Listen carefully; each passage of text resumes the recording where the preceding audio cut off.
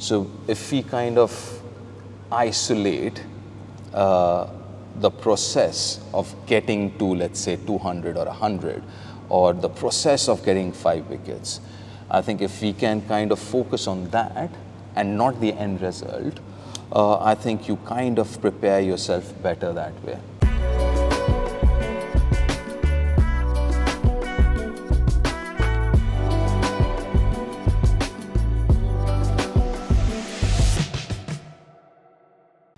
So Cricket Life Stories with me, Neel Khagram. Again on the channel, delighted to be joined by former Indian international Deep Dasgupta. Deep, how's it all going? All good, brilliant actually. Yeah, finally after the World Cup, getting to spend some time at home. Yeah, cold UK, but that's another topic. Not complaining. So this video is all going to be about dealing with pressure and nerves as a batter. What would you say to a young player feeling that emotion, the pressure?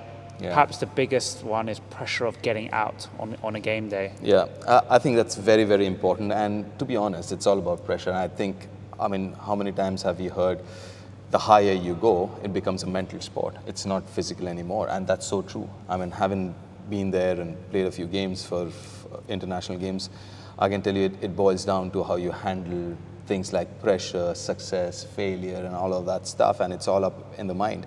And it's important to start training your mind from a very early age. It doesn't happen if you think you're just magically going to start learn to handle pressure and success and all the stuff while you're playing at that level. It doesn't happen. So you got to start training yourself little by little from a very early age. And when we're talking about pressure, it's not just about cricket. It's about any sport. It's about life itself. You know, pressure of expectation, pressure of obviously failure and success and all of that. So I think it's just part of, I think, everyone's life. And yeah, and for example, and this is what I would suggest, is break down whatever, let's say, because we're talking about cricket here, break down how you see success or failure. You know, a lot of us, we see success and failure based on absolute numbers. So you haven't got 100, oh, that was a failure. You haven't picked up 5 wickets, it's a failure. So if we kind of isolate the process of getting to, let's say, 200 or 100, or the process of getting 5 wickets, I think if we can kind of focus on that and not the end result, I think you kind of prepare yourself better that way. Because as we know, at times we don't have control over the end product, right? You might be batting very well, but maybe a poor decision or your one mistake can cost you your wicket and you're suddenly out, even though you know you're hitting the ball well, you know you're batting well. Same with bowling. You might get a 5-wicket haul bowling absolute crap, full tosses, right, and half volleys, but you might end up getting 5 wickets. But there'll be days when you've absolutely bowled jaffers, but you've only picked 1 or maybe none at all. So I think it's very, very important to kind of understand and separate the process and the end result. And in batting, we all know it can be over in a fraction of a second. As you said, you could be hitting it like a dream, but then you can be back in the pavilion. Yeah. The importance of focusing on the very next ball.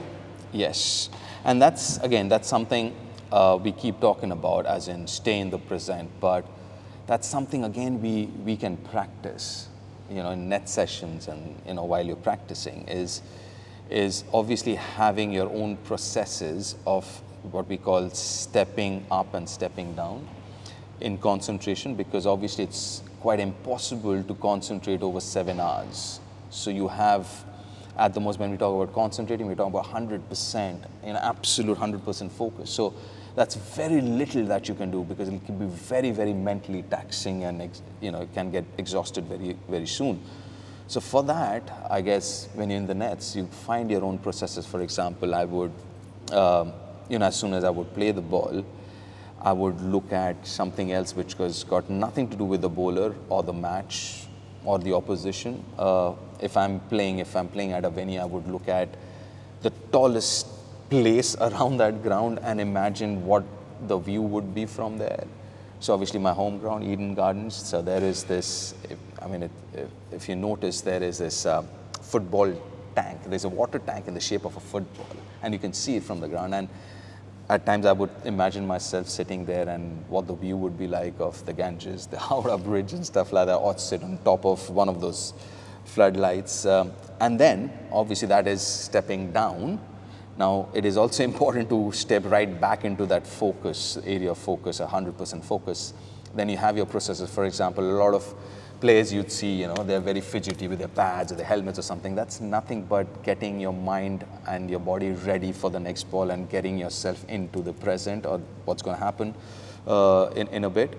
So, and you have, you know, a lot of players, they scratch their marks, as in their batting marks again and stuff like that, or tap on the bat or go down the pitch and stuff like that. So everyone has their own process, and I would kind of suggest that, you know, you guys out there find your own process, what works for you, where you can step down, take your mind off the game, and then again, make sure you're back at the job again when the bowler is ready.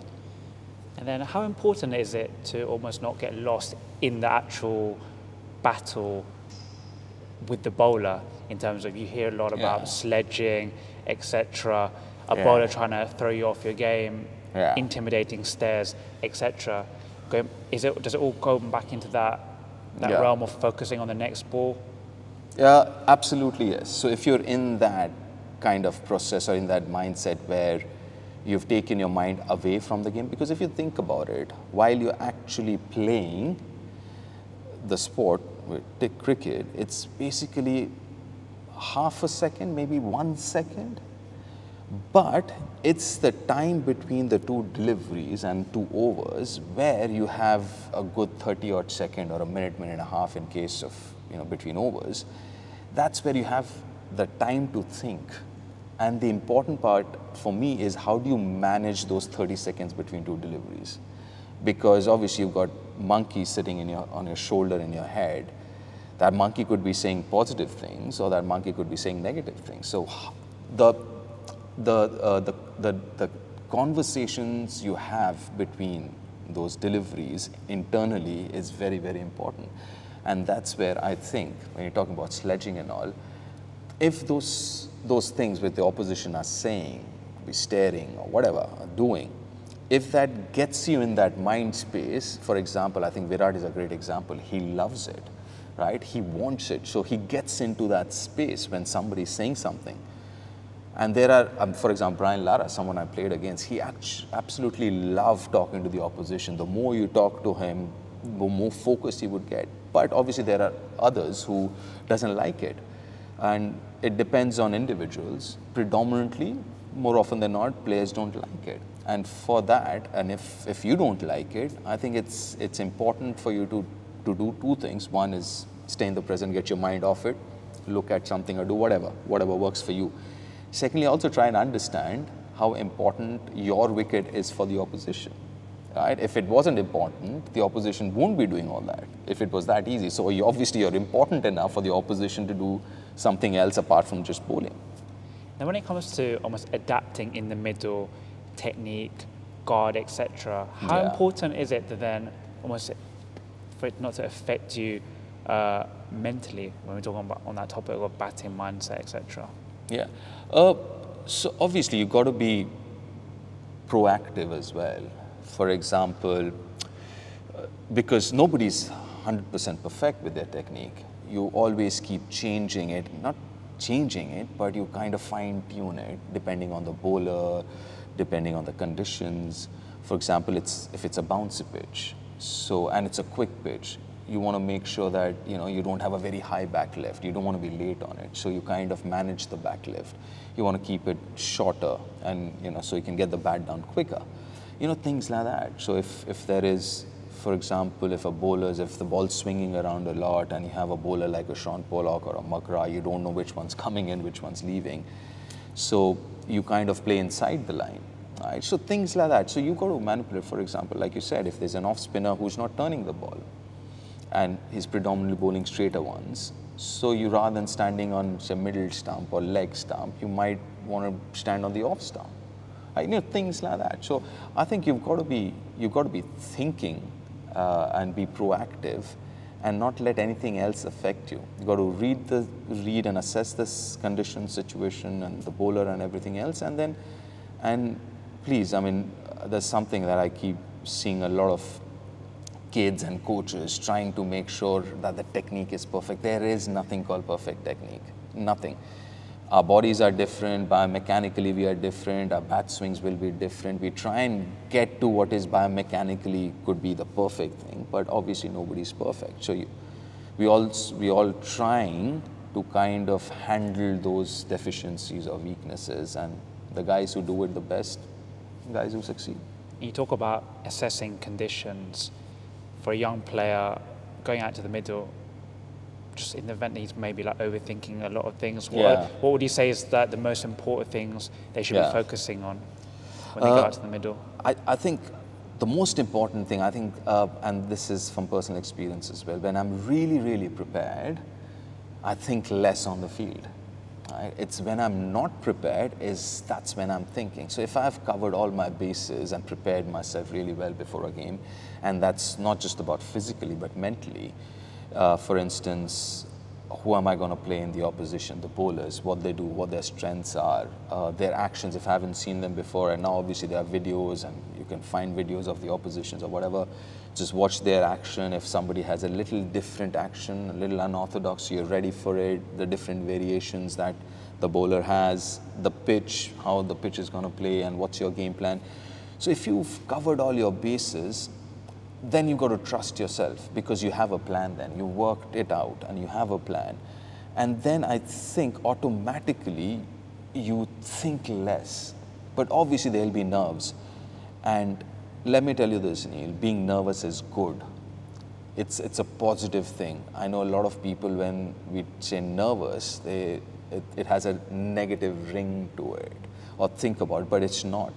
So you're nervous is because you care enough, and that is a good thing. So it's natural and a good thing to be nervous, but again, it's the first few deliveries. So go down to the basics in the sense, focus on things which are in your control, as we keep talking about, control the controllables, which could be, everyone has one thing that you can focus on at the most two. So you can focus on your head, making sure your head's straight, or as a bowler, making sure your left arm is, you're running in nice and easy. And the best thing, actually, the best thing ever is breathing. So you have a normal breathing pattern. And you will figure out if you're breathing heavy, that means obviously you're nervous, and you will. So try and get your breathing, rate down to your normal level, or focus on your breathing. Breathing in, there in, breathing out, or whatever, and that help you stay in the moment. I think that's the kind of easiest way to stay in the moment, is just focus on breathing. Yeah, some amazing tips there. Yeah. A lot of this you teach and more at your academy. Yeah. In the UK, do you want to just say a little bit? Yeah, I mean, obviously I've always wanted to get into coaching, which I have now. I have my media commitments, but apart from that, started the Super Kings Academy here in Berkshire, that is in collaboration with the Super Kings of Chennai. This is their first academy outside India. So yeah, it's been quite interesting. It's been on for a while. And the idea is to kind of help and pass on as much as I can or what I know. Obviously, we've got coaches. We're getting, starting next term, we're getting a coach exclusively for the academy. Obviously, we've got our own space now, almost only renting out this, but we've got our own space which has a gym, couple of indoor facilities, the outdoor and pitches and box nets and everything. So yeah, very happy about it, and it's just amazing to see talent and young kids coming and playing cricket. Nothing can beat that. So, and yeah, I mean, I've always been passionate about coaching, so I'm so happy to kind of be part of the coaching process. And for those that want to find out a bit more, you've got a website. We'll put everything in the description of this video, but yeah, you have a website, etc. Yeah, we've got a website, we've got a phone number as well, and it'll be there on the screen. So yeah, if anyone of you interested, we're in Berkshire, which is not too far from, let's say, London, and it's driving distance. As of now, we've got one venue, but touch wood, keeping fingers crossed, by maybe a month or so, we might have a few more venues. So yeah, so if you're interested, just drop in a message, send in a mail, give us a call. Yeah, more than happy. Exciting times ahead. Deep, perfect. Absolutely. Perfect. Thank you. Thank you. Thanks very much.